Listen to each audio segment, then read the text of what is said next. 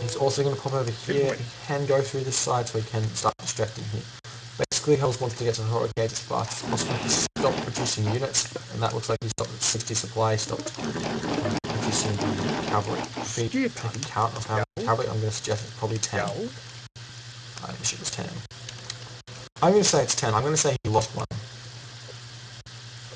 It might have only been 9, but that's another standard of numbers when you're going for a semi-fast heroic. When you go for like 10 cavalry or 10 Hersa, and you just go for that semi-fast heroic sort of style, you only build at 10 units, and then you just constantly producing dwarves until you get to the heroic age. He's also grabbing the tower upgrades because he knows that he's not going to be able to hold if Zeus player decides to attack. He doesn't have the units. Has managed to lose another Ren cavalry. So he's going to Scotty. Now this is smart because Scotty's going to buy him time, and that's what he wants to do. He's trying to buy time so he can get to the early mythic age. He also needs to consider getting all of those pierce upgrades, which he's already doing, which I really am excited about. Whenever someone does that sort of thing, it's always good.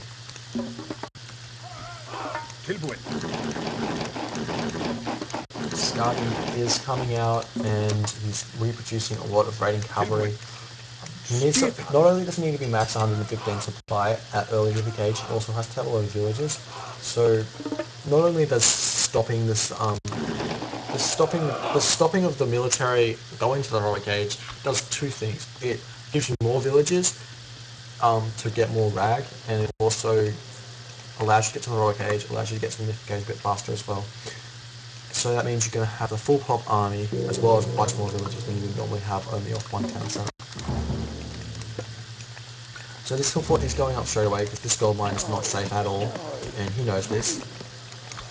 Hells knows this, so he's going to have to use Frost. Kill off as many units as possible. Which was interesting, yes. Yes, these units all have 99% armor, but so many of them die, right? So many of them die that it's not really... I don't want to say it's an overpowered god power because it's not, but if used in the right circumstances, you can kill an entire army without losing anything.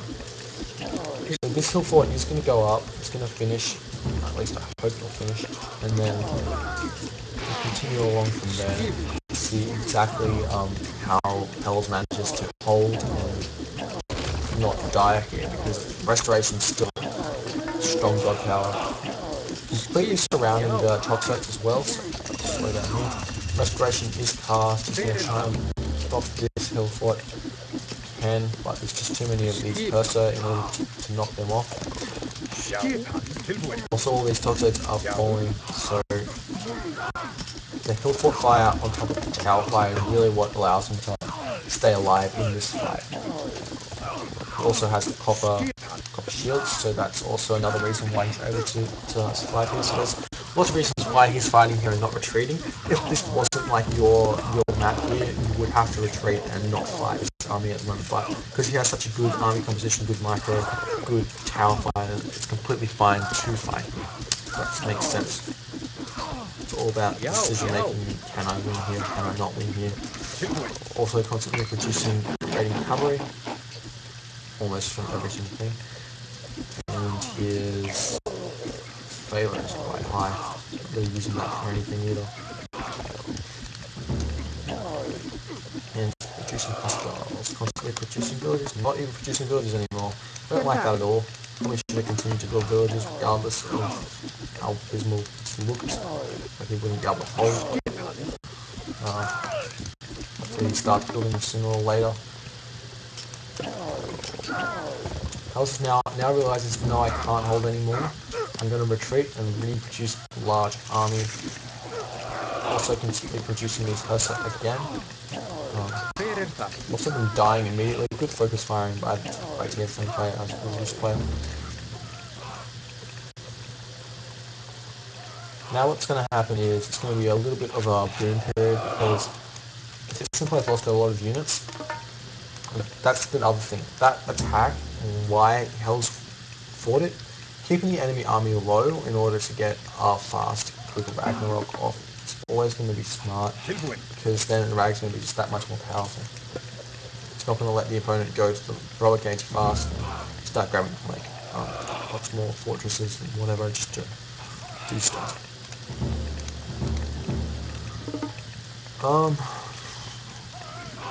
Okay, here's the second attack here. Again, it's not gonna favor TSM player to attack into this. Health is gonna hit 115 supply. I think it's gonna be safe. It's also got this next gold mine in order to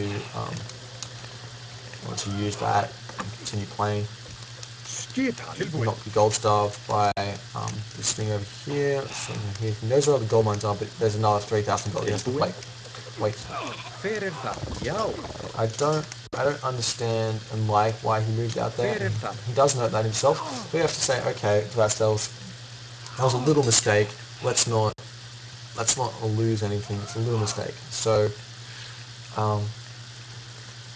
have to think to ourselves when we're playing against Zeus, maybe we shouldn't move out and attack. Let them attack us, because we are doing this style where we're going for that fast Ragnarok.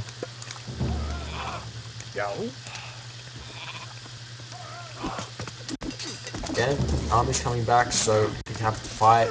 We're letting him attack us, and that's about it. Trying to surround and do have as much surface area of damage as possible. All these pulse gels are going to be able to focus down the minor force. So it's all about that army composition and whatnot. So I don't know. Army composition plus tower fire. So that's the Ulfjals, Huskarls, and raiding cavalry plus a little bit of Ursa in order to counter what the enemy has. Again destroying the enemy army, losing your own army in order to produce more villages. It's got a bunch of wood now stockpiled, a bunch of idle villages as well.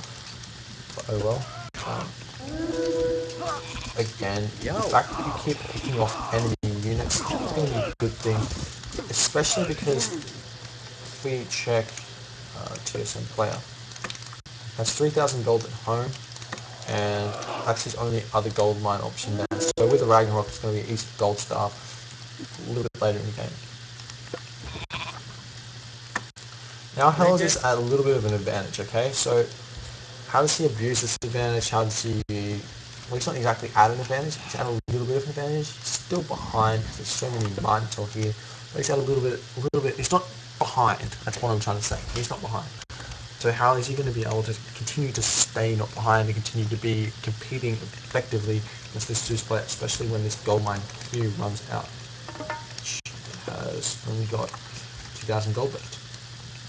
He's going to have 14 villages, dwarves gathering it, and he's also going to be able to produce a bunch of those frost giants. Also considering to come out and take this extra gold mine, smart move.